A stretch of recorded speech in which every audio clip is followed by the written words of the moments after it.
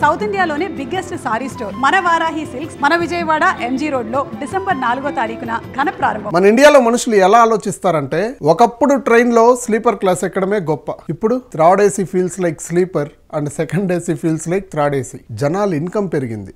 So కిందోడికి అందకుండా పైనోడు వెళ్ళడం నార్మలే, కిందోడికి పైనోడికి పట్టుకోవాలని ఎగరడం కూడా అంతే నార్మల్. కరెక్టే కదా? మన ఇండియా నుండి దుబాయ్కి వెళ్ళి సెటిల్ అయిపోతున్నారు. ఈ ఆశ మనలో మనమే ఉంటే మరి మిలీనియర్స్ సంగతి ఏంటి? ఒక మిలీనియర్ ఇండియాకి సంబంధించిన వ్యక్తి, లక్ష్మీ మిట్టల్ పేరు అని వినే ఉంటారు. ఇది ప్రపంచంలోనే అతిపెద్ద ఉక్కు తయారీ సంస్థగా అవతరించింది. ఈయన భవనం ప్రపంచంలోనే అత్యంత ఖరీదైన భవనాల్లో ఒకటిగా 560 కోట్లు గిన్నిస్ రికార్డు ఎక్కింది. మన ఇండియా నుండి దుబాయ్కి వెళ్ళి సెటిల్ అయిపోయారు. అందరూ దుబాయ్కి వెళ్ళి సెటిల్ అవ్వాలని ఎందుకు అనుకుంటారో తెలుసా? Dubai offers no income tax, no inheritance tax, no capital gains tax, safety, school, infrastructure and luxury life style.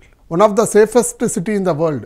Abu Dhabi attracting energy. Dubai is the 7th most expensive city in the world. ఇట్లా ఉంటుంది.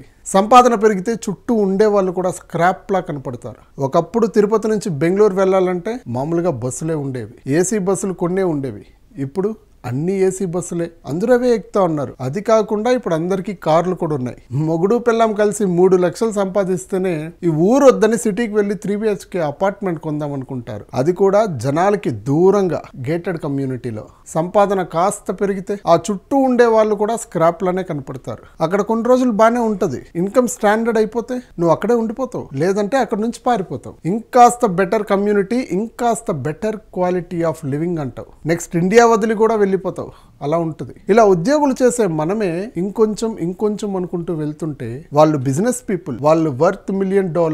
So obviously they can choose best place to live. ప్రజలు comfort కోరుకుంటున్నారు. ఎవడి range కి తగ్గ comfort వాడు వెతుక్కుంటున్నాడు. ఒకప్పుడు సురక్షితంగా బతకాలనుకున్నాం, ఇప్పుడు సౌకర్యంగా బతకాలనుకున్నాం, రేపు నాణ్యంగా బతకాలనుకుంటాం. ఇది ఎవల్యూషన్ జీవితం. ముందుకు నడిచే విధానం. ప్రతి మనిషి తన స్థాయికి తగ్గ కంఫర్ట్ వెతుక్కుంటున్నాడు. వాడు వేరే చోటికి వెళ్తే దేశద్రోహం కాదు, ఇక్కడే ఉండిపోతే వెనుకబాటు కాదు. ఇక్కడ నీ సంపాదన మీద ట్యాక్స్ వేసి ఉచిత పథకాలకు రాజకీయ నాయకులు మింగడానికి సరిపోతుంది. నీకేమి సౌకర్యాలు కల్పించరు. అదే దుబాయ్లో అయితే నువ్వు ఎంత సంపాదించినా అంతా నీకే సొంతం, పైగా బోలెడు సౌకర్యాలు. ఇంకా దుబాయ్ పోకుండా ఎలా ఉంటారు అందరూ? చూడండి, మన ఇండియాలో ట్యాక్స్ పెట్టి ఫ్రీ స్కీమ్స్ ఇస్తున్నారు, దుబాయ్లో ట్యాక్స్ లేకుండా ఓల్డ్ క్లాస్ కంఫర్ట్ ఇస్తున్నారు. ఏది బెస్ట్ అంటారు? ఎవరి రేంజ్ కి తగ్గట్టు కంఫర్ట్ వాడు వెతుక్కుంటున్నారు. ఫైనల్ గా ఒకటి మాత్రం నిజం, కాలంతో పాటు జీవన శైలి అప్గ్రేడ్ అవుతుంది. కాలంతో పాటు అవసరాలు మారుతాయి, ఆశలు పెరుగుతాయి. ఇది ఎవల్యూషన్.